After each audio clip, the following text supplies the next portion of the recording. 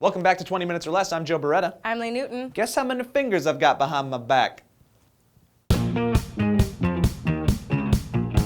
Comic book fans of the world will most likely be divided in fiery opinion today as DC has officially announced the summer release of a number of prequel comics for Alan Moore's uber-influential and uber-popular Watchmen comic book series. 7 characters from the original work will find themselves in their own miniseries. The collective series will be called Before Watchmen, and Rorschach, Night Owl, Dr. Manhattan, among others, will get their shot at prequel glory, complete with their own sets of artists and writers, which are no doubt a little nervous and excited to take on Alan Moore's classic work. Taking on these characters is a bold step for DC, but they seem to understand the controversial nature of the endeavor. A news release from DC stated the Before Watchmen installments were as highly anticipated as they were controversial. They also understand the potential for a lucrative kickback as the original series sold over 2 million copies, it was made into a blockbuster movie 20 years after its initial release, and the original book's critical success brought along a sense of renewed interest and legitimacy to the comic book world. As expected, Alan Moore, who has long since distanced himself from the mainstream comic book industry, is not on board. He went on to say, quote, "It's completely shameless. I tend to take this latest development as a kind of eager confirmation that they're still apparently dependent on ideas that I had 25 years ago." He goes on to say, "As far as I know, there weren't that many prequels to Moby Dick." Whoa, Alan Moore, comparing Watchmen to Moby Dick is what you out there in viewerland might be thinking right now? Well, it's actually kind of appropriate since the original Watchmen has been praised many times over for its sophisticated storytelling and its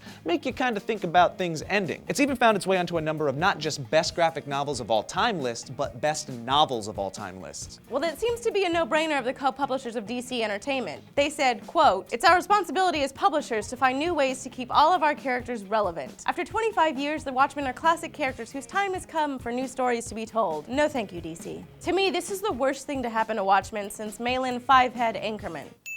Swear your forehead's a little bit too big. Personally, I find myself divided here. I loved the original story so much. It's one of the only books that I read the last page and immediately went back to the first page and started rereading it again. I would love to see where these characters are going, but I would also love to see the original creator involved in the story. And the fact that he doesn't want anything to do with it kind of makes it feel a little suspect to me. Anyways, what do you guys think? Do you want to see these characters and their stories continued, or is this the type of thing that they should just leave alone? Let us know in the comments below. Don't forget to like and subscribe. And click on this annotation for more stories of the day. I'm Joe Beretta. I'm Lee Newton. My superpower is awkwardness. Mine's fear.